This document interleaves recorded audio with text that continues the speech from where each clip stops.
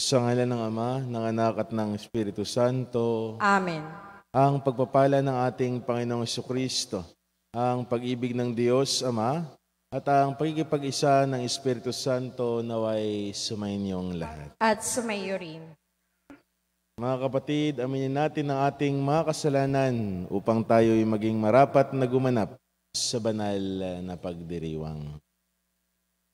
Inaamin ko sa makapangyarihang Diyos at sa inyo mga kapatid, na lubha akong nagkasala sa isip, sa salita at sa gawa, at sa aking pagkukulang. Kaya sinasamo ko sa mahal na Birheng Maria, sa lahat ng mga anghel at mga banal, at sa inyo mga kapatid, na ako'y panalangin sa Panginoong ating Diyos. Kaawaan tayo ng mga pangyarihang Diyos, patawarin tayo sa ating mga kasalanan, at patnubayan tayo sa buhay na walang hanggan. Amen. Panginoon, kaawaan mo kami. Panginoon, kaawaan mo kami. Kristo, kaawaan mo kami. Kristo, kaawaan mo kami. Panginoon, kaawaan mo kami. Panginoon, kaawaan mo kami. Ngayon ay unang Biyernes sa buwan. Ginugunitan natin ang kamahal-mahalang puso na Jesus. Manalangin tayo.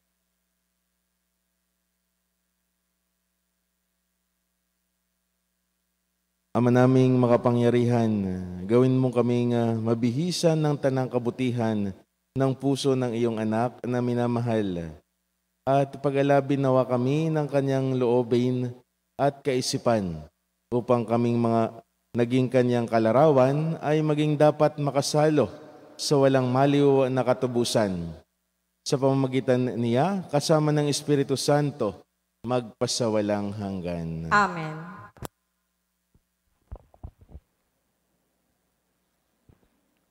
Pagbasa mula sa unang sulat ni Apostol San Pablo sa mga taga-Korinto.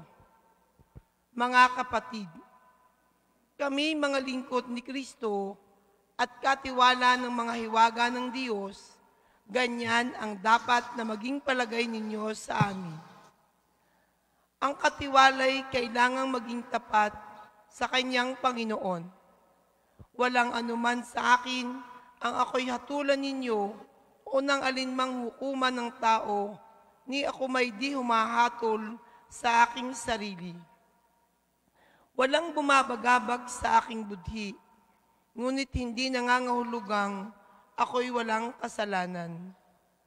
Ang Panginoon ang humahatol sa akin. Kaya huwag kayong humatol ng wala sa panahon. Maghintay kayo sa pagdating ng Panginoon. Ilalantad niya ang mga bagay na ngayon natatago sa kadiliman at ipahahayag ang mga lihim na hangarin ng bawat isa. Sa panahong iyon, bawat isa'y tatanggap ng papuring na uukol sa kanya mula sa Diyos. Ang salita ng Diyos. Salamat sa Diyos. Salmong tugunan, nasa Diyos ang kaligtasan ng mga matuwid at banal. Nasa Diyos ang kaligtasan ng mga matuwid at banal. Umasa ka sa Diyos ang mabuti gawin at mananahan kang ligtas sa lupain. Sa Diyos mo hanapin ang kaligayahan at ang pangarap mo'y iyong makakamtan. Nasa Diyos ang kaligtasan ng mga matuwid at banal. Ang iyong sarili sa Diyos mo ilagak. Pag nagtitiwala kay tutulungang ganap. Ang kabutihan mo ay magliliwanag katulad ng araw kung tanghaling tapat. Nasa Diyos ang kaligtasan ng mga matuwid at banal. Ang mabuti gawin, masamay itakwil, at mananahan kang laging salupain. Pagkat yaong bayang wasto ang gawain, ay mahal ng poon, hindi itatakwil. Sila'y iingatan, magpakailanman, ngunit ang masama ay ihihiwalay. Nasa Diyos ang kaligtasan ng mga matuwid at banal. Ililigtas ng Diyos ang mga matuwid. Iingatan sila pag nagliligalig. Ililigtas sila at kanyang tutulungan. Laban sa masama, ipagsasanggalang, sapagkat sa poon, nangungubling tunay. Nasa Diyos ang kaligtasan ng mga matuwid at banal.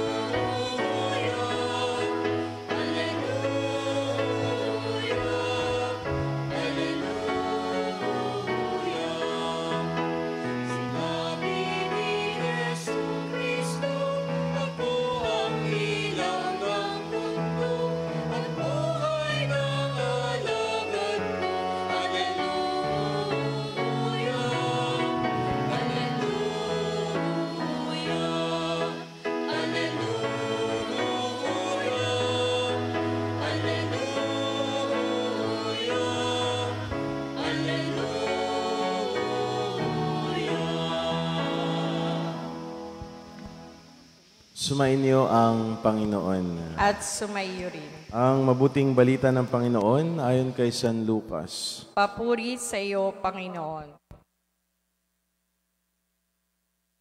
Noong panahong iyon, sinabi ng mga Pariseo at mga eskriba kay Jesus, ang mga alagad ni Juan ay malimit mag-ayuno at manalangin. Gayon din ang alagad ng mga Pariseo. Ngunit ang mga alagad mo'y patuloy ang pagkain at pag-inom. Sumagot sa Jesus, pag-aayunuhin ba ninyo ang mga panauhin sa kasalan samantalang kasama pa nila ang lalaking ikinasal? Kapag wala na ang ikinasal, saka lamang sila mag-aayuno. Sinabi niya sa kanila ang talinhaga, walang pumipiraso sa bagong damit upang itagpi sa luma. Kapag ginawa ito, masisira ang bagong damit at ang tagping bago ay hindi babagay sa damit na luma. Wala ring nagsisilid ng bagong alak sa lumang sisidlang balat. Kapag gayon ang ginawa, papuputukin ng bagong alak ang balat, matatapon ang alak at masisira ang sisidlan. Sa bagong sisidlang balat, dapat ilagay ang bagong alak. At walang magkakagustong uminom ng bagong alak kapag nakainom na ng inimbak, sapagkat sasabihin niya, masarap ang inimbak. Ang mabuting balita ng Panginoon. Pinupuri ka namin, Panginoong Hesukristo. Magandang umaga po sa inyong lahat. At sa mga nakikisa sa atin sa ating Facebook Live, sa ibang dako ng bansa, sa kani-kanilang mga tahanan, at sa mga kapilya po na sakop ng ating parokya, magandang umaga din po. Ngayon ay first Friday of the month. At ngayon ay September na.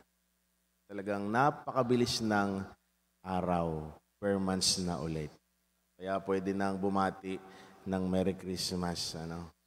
Per months na ulit. Talagang ang simoy ng hangin ay damang-dama mo na tayo ay papalapit na ulit sa mga mahalagang araw o pagsilang ni Jesus. At ito naman ho ang ating mga pinaghahandaan. Kapag mga ganitong buwan, tayo ay naghahanda talaga. Mga seasons na kung saan ay ibinibigay natin ang ating sarili upang maglingkod sa simbahan. Kaya pansin ho natin kapag mga ganitong seasons, kaya pagdating ng Advent season, ay talagang madami ang tao na nasimba. Pagkatapos ng Advent season, ay aantalhin na ulit ang panahon ng Lenten season. Dadami na ulit ang mga tao. Yun yung tinatawag natin kuminsan seasonal churchgoers. Pero makikita ho natin kung paano ba pinapalalim ang pananampalataya ng ating kapwa Katoliko kapag ganong mga season. Kaya nga makikita ho natin sa ating mabuting balita, si Jesus mismo ang nagturo sa atin ng mga praktikal na bagay na kailangan nating gawin. No? Hindi ho niya sinagot ang mga Pariseo at Iskriba ng theological na bagay. Hindi ho niya ginamitan ng kanyang talino upang tuligsain din ang mga matatalinong mga Pariseo at Iskriba. Pagkos ang sinagot ni Jesus ay praktikal na nararanasan ng tao.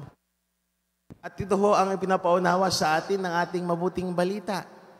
Kaya nga si Jesus gumagamit ng talinhaga sapagkat gusto niya na maintindihan natin ang kanyang salita.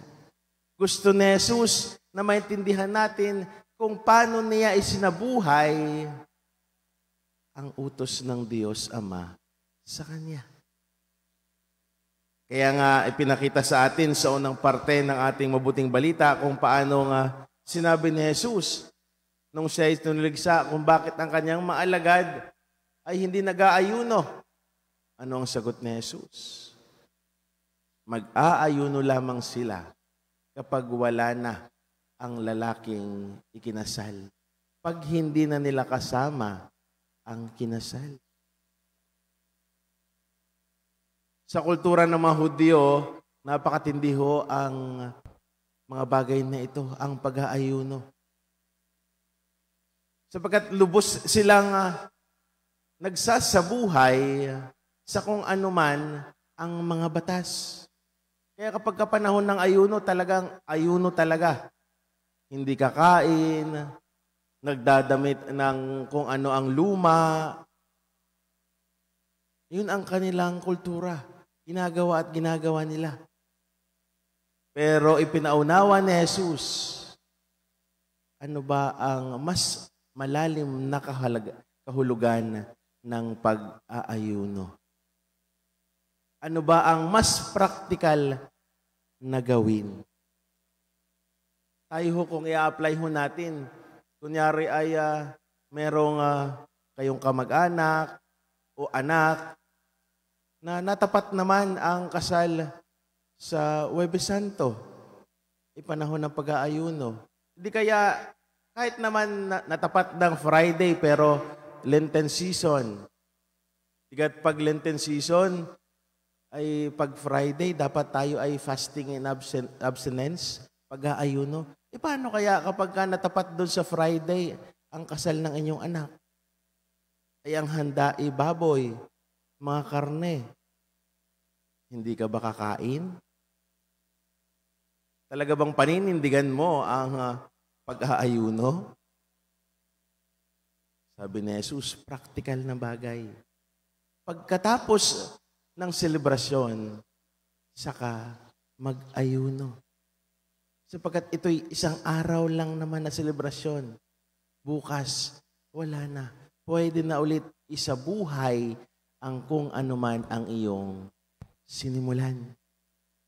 Pangalawang sinabi ni Jesus at ipinakita, ang sabi niya ay walang nagtatagpi ng bagong tela ng damit sa lumang damit. Sapagkat hindi ito magbabagay. Para bang laging ipinapaalala sa atin, nung kami mga bata pa lamang, kapag may binili kaming mga gulay, lalo na't kamatis, Pag ang kamatis ay merong isang bulok, hindi mo na siya pwedeng isama dun sa mga fresh na kamatis sapagkat mabilis ho mabulok. Tigata ang turo ni Jesus ay praktikal na bagay. Kapag kaluma na, huwag mo nang ihalo sa mga bago. Sapagkat makikita at hindi kaaya-ayang tingnan. Masisira yung bago. Ganon din ho ang pinapatungkol ni Jesus sa atin na sa bandang huli ng ating buhay Ise-separate din ho ang mga makasalanan sa mabuti. Praktikal na bagay ang itinuturo sa atin ni Jesus nang maunawaan natin, ano ba ang magiging hantungan ko sa bandang huli? Naging mabuti ba ako o naging masama? Sapagkat kapag ikaw ay naging masama, most probably ito ho ang pinapatungkol ni Jesus. Ihiwalay ka rin sa mabuti. Kung ikaw ay naging mabuti dito sa lupa, ay ihiwalay ka. Sila ay pupunta sa impyerno, ikaw ay aakyat sa langit. At ganun ho ang turo sa atin ng ating pananampalataya. Praktikal na bagay. Una, pananalig. Gaano na ba kalalim ang ating pananalig sa Diyos? Gaano na ba kalalim ang ating ugnayan sa Kanya? Sapagkat ito ho, ang pananalig natin ang magdadala sa atin patungo kay Jesus. Ang pananalig natin ang siyang maging susi natin sa pintuan ng langit. Kaya nga ipinapaliwanag sa atin ni Jesus ang mga mabuting balita sa ganang maiintindihan natin, sa ganang mauunawaan natin, sapagkat gusto niya na tayong lahat ay makasama niya sa kanyang kaharian. Nagbibigay siya ng talinhaga para maunawaan natin sa bandang huli ay meron ding paghihiwalay. Ipaghihiwalay ang mabuti sa masama. Una ay pananalig. Pangalawa, pagmamahal. Gaano na ba kalalim ang pagmamahal natin sa Diyos? Gaano na ba kalalim ang ating pagtrato sa Kanya bilang Diyos? Sapagkat kapag kamahal na natin si Jesus, kapag naroon na tayo sa punto na naglilingkod tayo sapagkat alam natin na ito ang magdadala sa atin sa ating kalagtasan. Naglilingkod na tayo hindi dahil schedule. Naglilingkod na tayo dahil sinabihan tayo. Naglilingkod na tayo hindi dahil merong nagyaya sa atin. Sumisimba na tayo dahil ang aim natin ay ialay ang ating buhay sa Kanya. Kung gano'n na ho ang ating pananaw, unti-unti na ho nating naipaparamdam kay Jesus ang ating tunay na pagmamahal. Unti-unti na ho nating ibinabalik kay Jesus ang pagmamahal niyang ibinigay sa atin. Kaya tanungin din ho natin ang ating sarili, gaano ko na ba kamahal si Jesus?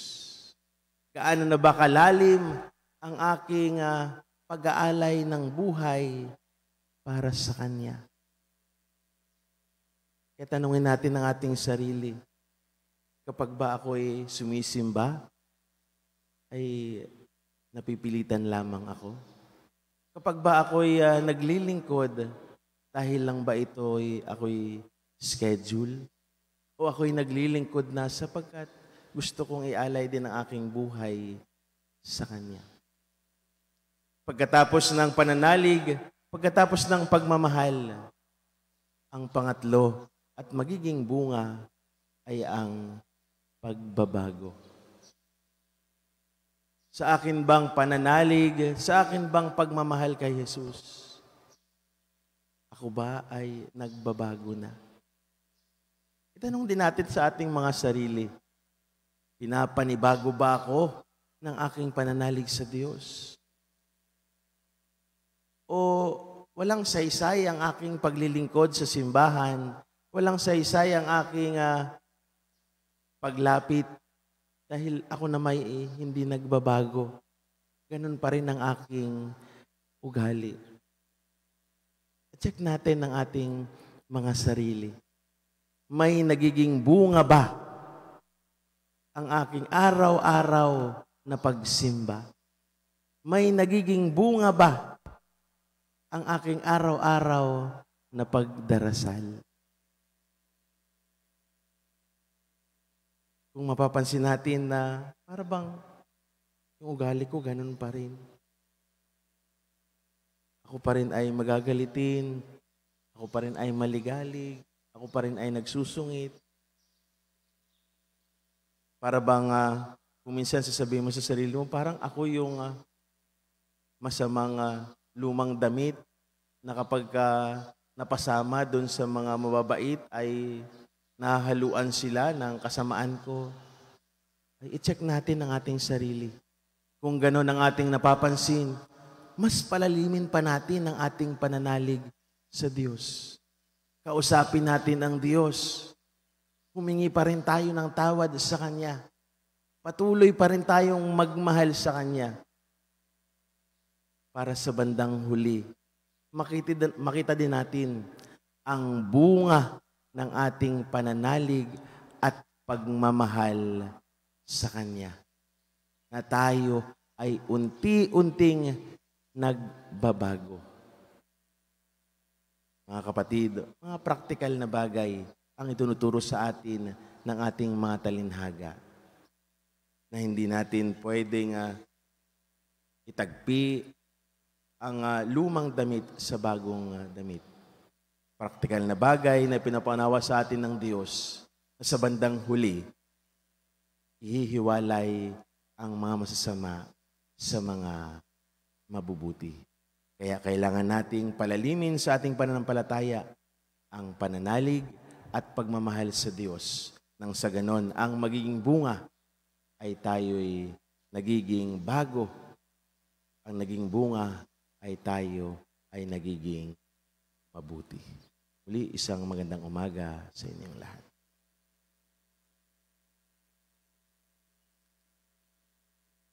Manalangin tayo sa Amang Diyos upang ilapit niya tayo sa kahalagahan ng Ebanghelyo para panibaguhin ang simbahan at ang daigdig.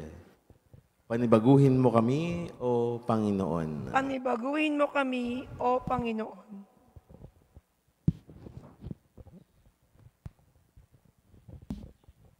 Ang simbahan, ang bayan ng Diyos at mga pinuno nito, naway sundin ang pag-akay ng Espiritu Santo upang ipahayag sa mga tao ngayon ang walang kupas na wika ng Ebanghelyo. Manalangin tayo sa Panginoon. Panibaguhin mo kami, O Panginoon. Ang ating mga puso, naway ating buksan sa mapagligtas na kapangyarihan ng Diyos na higit na mahalaga kaysa mga panlabas na gawain ng pagpapakabanal. Manalangin tayo sa Panginoon. Panibaguhin mo kami, O Panginoon. Atin nawang mapagtanto na laging mapangyayari ang himala ng pagbabago sa lahat ng humihingi ng tulong ni Kristo na makamtan ito. Manalangin tayo sa Panginoon. Panibaguhin mo kami, O Panginoon. Sa mga may sakit, naway magindaan tayo ng mapagaling na kamay ng pagmamalasakit ni Kristo sa pamamagitan ng pagbibigay natin ng pagmamahal at kalinga sa kanila. Manalangin tayo sa Panginoon. Panibaguhin mo kami, O Panginoon. Ang mga yumao, naway makatagpo ng walang hanggang kapahingahan sa piling ni Kristo. Manalangin tayo sa Panginoon. Panibaguhin mo kami, O Panginoon.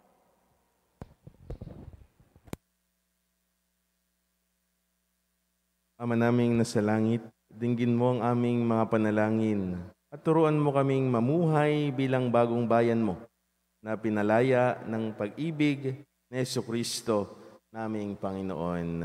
Amen.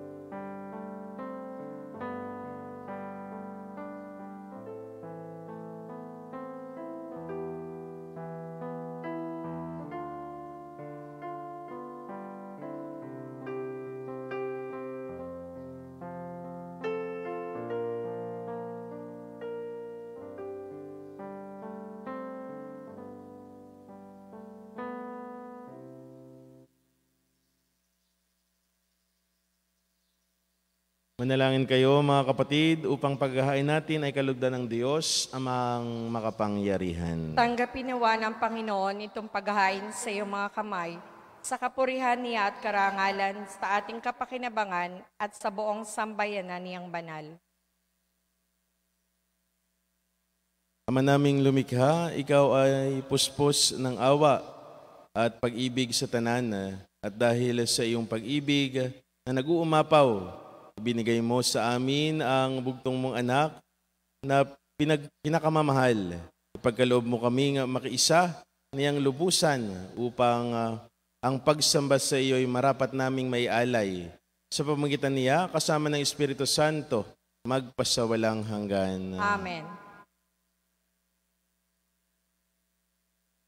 Sumainyo ang Panginoon. At sumayo rin. Itaas sa Diyos ang inyong puso at diwa. Itinaas na namin sa Panginoon. Pasalamatan natin ang Panginoon na ating Diyos. Marapat na siya'y pasalamatan. Ama naming makapangyarihan, tunay ngang marapat na ikaw ay aming pasalamatan sa pamamagitan ni Jesucristo na aming Panginoon. Dakilang pag-ibig niya ang nagbunsod na mahain ang sarili nang kami ay matubos. Kaya tinampok siyang nakabayubay sa krus mula sa kanyang tagilirang sinibat, dugot tubig ay masaganang dumanak. Kaya sambayanan mo'y dito na banaag. Ito'y ang sangkatauhang naakit sa puso ng iyong anak na sumapit sa mga dumudulog sa batis ng kanyang pag-ibig. Kaya kaysa na mga anghel na nagsisiawit ng papuri sa iyo, nang walang humpay sa kalangitan, kami nagbubunyi sa iyong kadakilaan. Santo, Santo, Santo, Panginoon Diyos na mga hukbo, napupuno ang langit at lupa ng kadakilaan mo. O sana sa kaitaasan. Pinagpala ang naparirito sa ngalan ng Panginoon.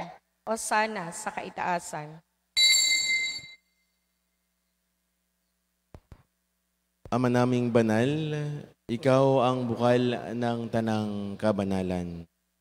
Kaya't sa pamamagitan ng iyong Espiritu, gawin mong banal ang mga kaloob na ito upang para sa amin maging katawan at dugo ng aming Panginoong Jesucristo. Bago niya pinagtiis ang kusang loob na maging handog, hinawakan niya ang tinapay, pinasalamatan kaniya. Pinaghati-hati niya iyon, iniabot sa kanyang maalagad at sinabi, tanggapin ninyong lahat ito at kanin. Ito ang aking katawan na ihahandog para sa inyo.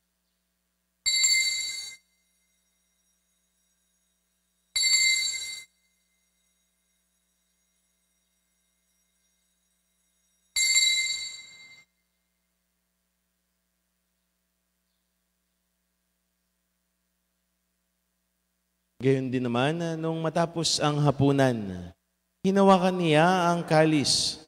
Muli kaniyang pinasalamatan. Niabot niya ang kalis sa kanyang maalagad at sinabi, tanggapin ninyong lahat ito at inumin. Ito ang kalis ng aking dugo, ng bago at walang hanggang tipan. Ang aking dugo na ibubuhos para sa inyo at para sa lahat, sa ikapagpapatawad ng mga kasalanan. Gawin ninyo ito sa pag-alaala sa akin.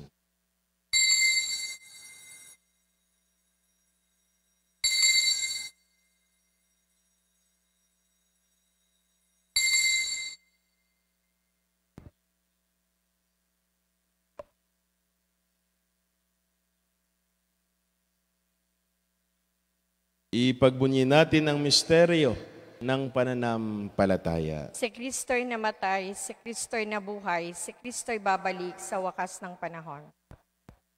Ama, ginagawa namin ngayon ang pag-alaala sa pagkamatay at muling pagkabuhay ng iyong anak. Kaya't iniaalay namin sa iyo ang tinapay na nagbibigay buhay at ang kalis na nagkakaloob ng kaligtasan.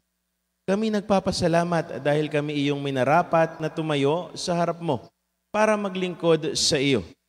Isinasamo namin kami magsalo-salo sa katawan at dugo ni Kristo ay mabuklod sa pagkakaisa sa pamamagitan ng Espiritu Santo.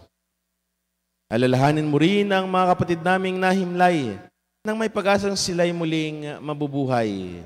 Gayon din ang lahat ng mga pumanaw.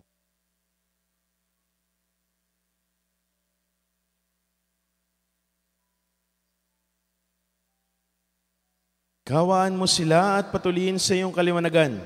Kawaan mo at pangindapatin kaming lahat na makasalo sa iyong buhay na walang wakas. Kaysa ng mahal na Birheng Maria na ina ng Diyos, kaysa ni Poong San Jose, kaysa ng mga apostol at lahat ng mga banal, ni San Jose Marelo, na namuhay dito sa daigdig ng kalugod-lugod sa iyo. May pagdiwang nawa namin ng pagpupuri sa ikararangal mo, sa pamamagitan ng iyong anak na aming Panginoong Hesukristo. Sa pamamagitan ni Kristo, kasama niya at sa Kanya, ang lahat ng parangal at papuri ay sa iyo, Diyos amang makapangyarihan, kasama ng Espiritu Santo, magpasawalang hanggan.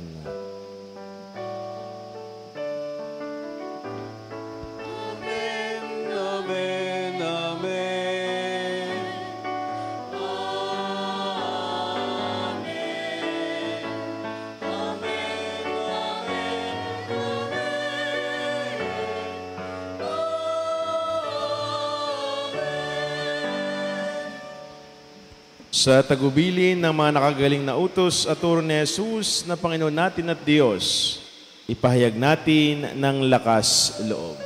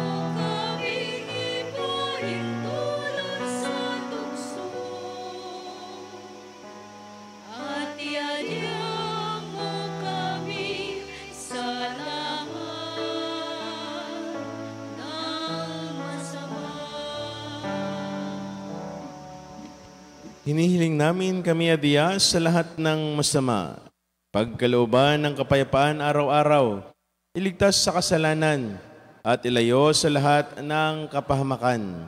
Samantalang aming pinananabikan ang dakilang araw ng pagpapahayag ng tagapagligtas naming si Hesukristo. Sapagkat iyo ang kaharian at kapangyarihan at ang kapurihan magpakailanman. Amen. Panginoong Hesukristo, sinabi mo sa iyong mga apostol, kapayapaan ang iniiwan ko sa inyo.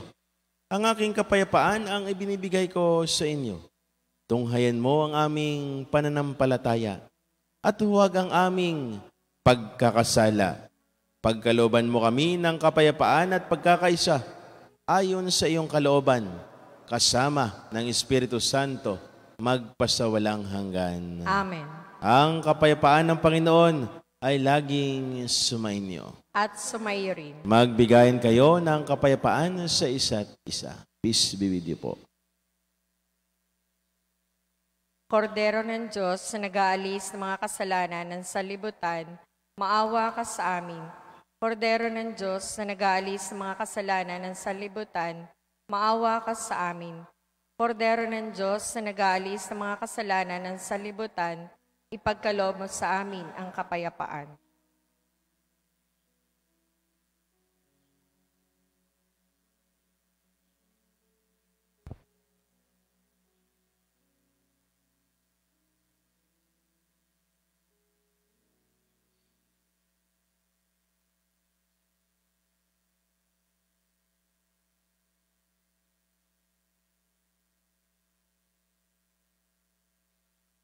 Mga kapatid, ito ang kordero ng Diyos.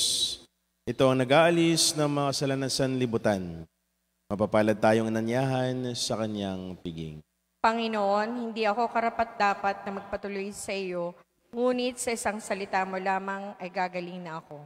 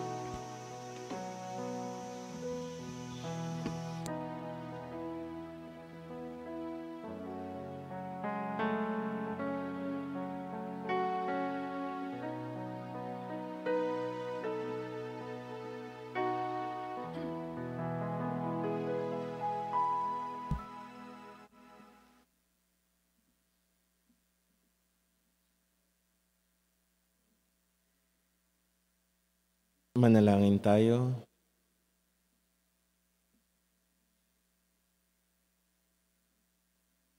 Ama naming mapagmahal, kaming nagsalo-salo sa iyong piging ng pag-ibig na banal ay nagmamakaawang iyong pagbigyan upang si Kristo ay makalarawan sa lupang ibabaw at maging marapat na makatambal siya sa kalangitan.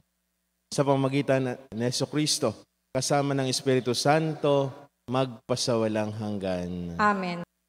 Sumainyo ang Panginoon At sumayo rin. at pagpalain kayo ng mga parang Diyos, ang Ama, ang Anak at ang Espiritu Santo. Amen. Ang banal na misa ay naialay na. Kumain kayong taglay ang kapayapaan at pag-ibig ng Diyos. Salamat sa Diyos.